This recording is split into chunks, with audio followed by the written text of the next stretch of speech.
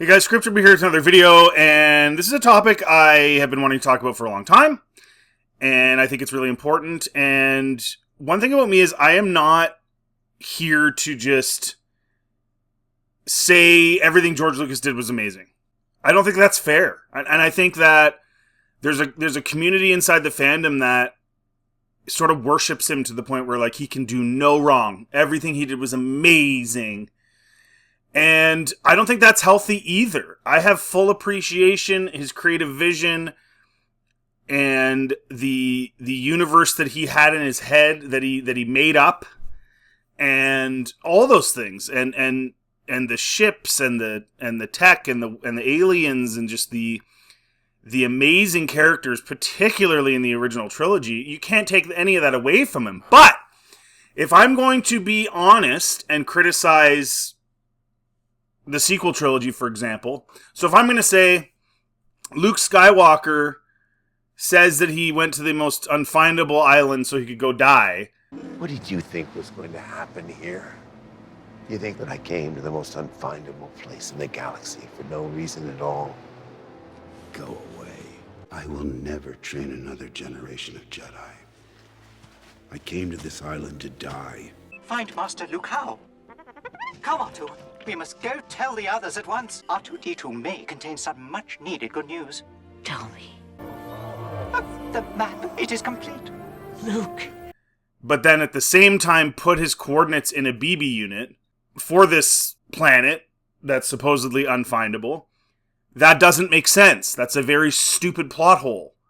If his plan was to go die there, he wouldn't put his coordinates in a BB unit. That's dumb. But if I'm going to call that out, I think we all got to admit the Leia talking about seeing her mother and telling Luke how beautiful she was, and then the prequels are made after that, and she dies during childbirth, we have to call that out. That doesn't make any sense. Leia, do you remember your mother? Your real mother? It's a go.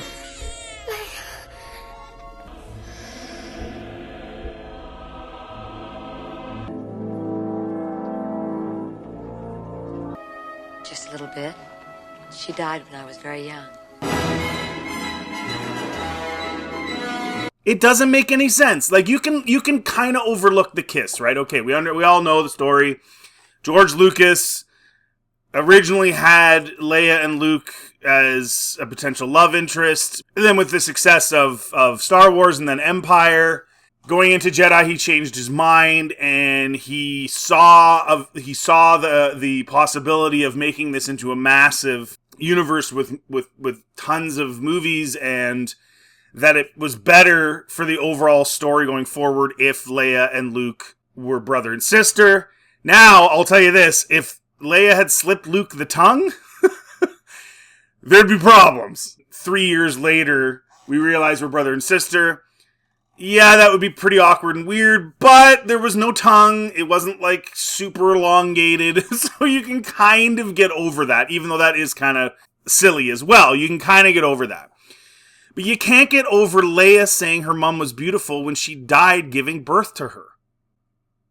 That doesn't make sense. It just doesn't. And the thing that's really weird about it is, for me, is this was a real opportunity, actually. And George squandered it. His having Leia having seen her mother and telling Luke those things was a really huge opportunity for not only another really cool story, but for the rebellion and more stuff about the beginning of the rebellion. And I'll tell you why. So here's how I would have handled it if I was making the prequels. Padme doesn't die. She lives. Of course, the Emperor tells Anakin that she died because he's manipulating him. But she doesn't die.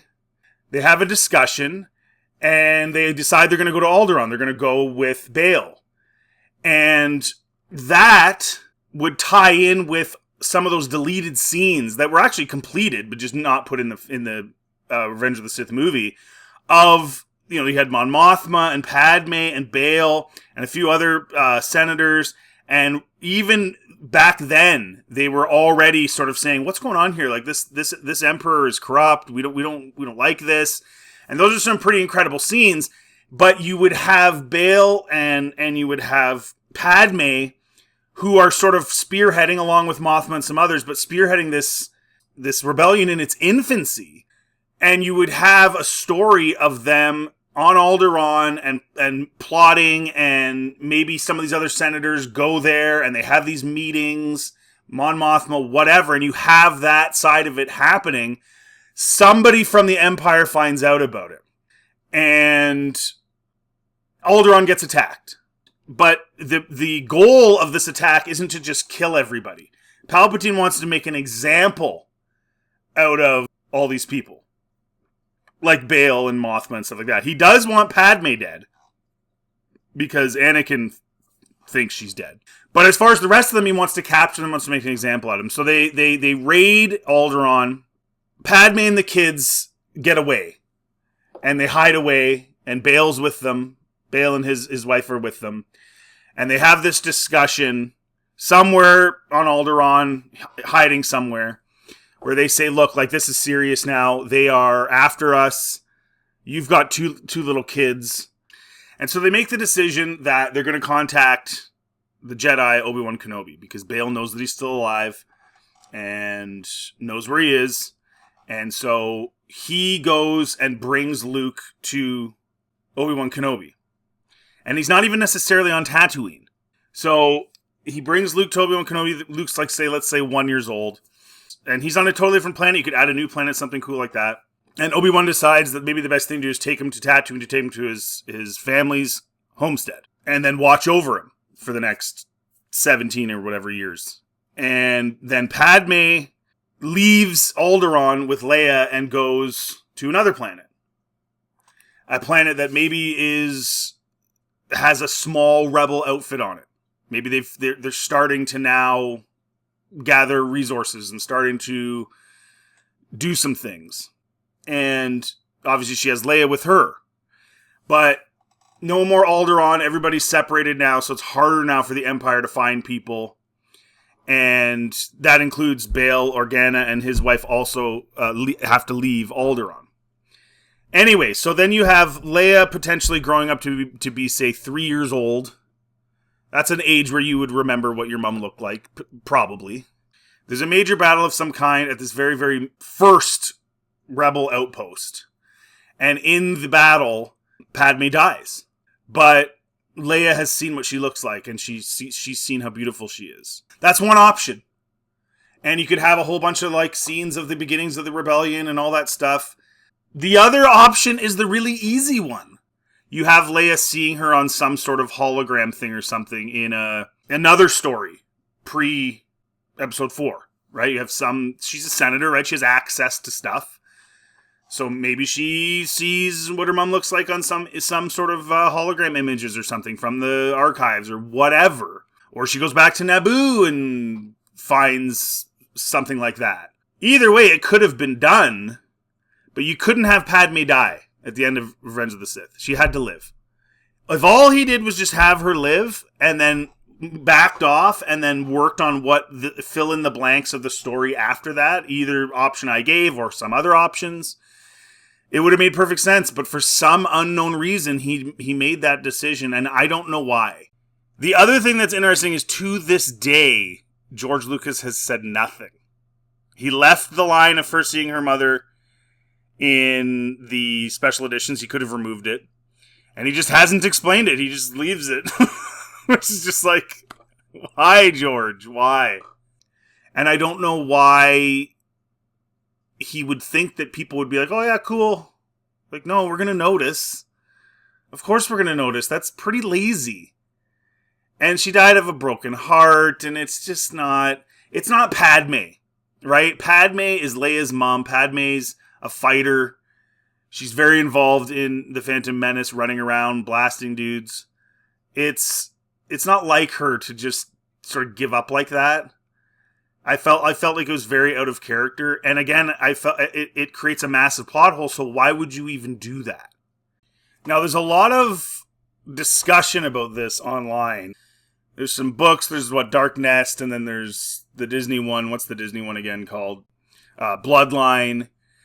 But there's not a concrete answer per se, and I think in Nest, R2-D2 shows her a bunch of, like, a footage from their birth or something and stuff like that, but I think Luke is there as well, and so that creates a problem.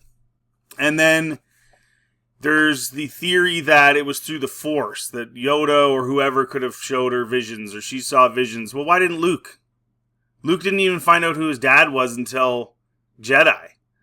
So The Princess and the Scoundrel came out in 2022, so this is Disney's explanation. This is an excerpt. So when she had spoken to Luke earlier this night, Leia had told him that she remembered the mother they shared, their birth mother. It had been vague images, feelings, really nothing more. Well, she did say she was beautiful. That's pretty specific. That means she saw her face. She knows what she looks like. But she did have a memory of love, of closeness, of things she could not describe. It was impossible to put her feelings into words, but there was no denying their truth. It felt like a connection, a bond made of light. Then here's the kicker. Yet Luke, who was a Jedi Knight, strong in the Force, had no memory of the woman who had birthed them both. Which is vouching for what I'm saying. That whole idea that she would have had these visions or something and he wouldn't, doesn't jive. It just doesn't add up. It's dumb. Why would Leia have this knowledge and Luke wouldn't? Who makes that decision? And what would be the point of that? So she can say, oh yeah, my mother was beautiful to Luke? Is that why?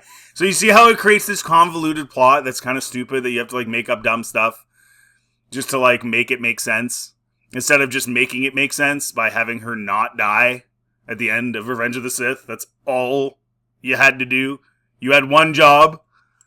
So anyways, guys, I just think it was a mistake, and if I'm going to criticize plots and storylines that other people make, I'm going to criticize the ones that George do too. I'm sorry. I love George, but I'm not a sycophant, and he's made mistakes along the way 100% as well. So let me know in the comment section what you think. If you like this content, please like, subscribe. It always helps the channel. Feel free to check out anything else on my channel. Have yourselves a really good day.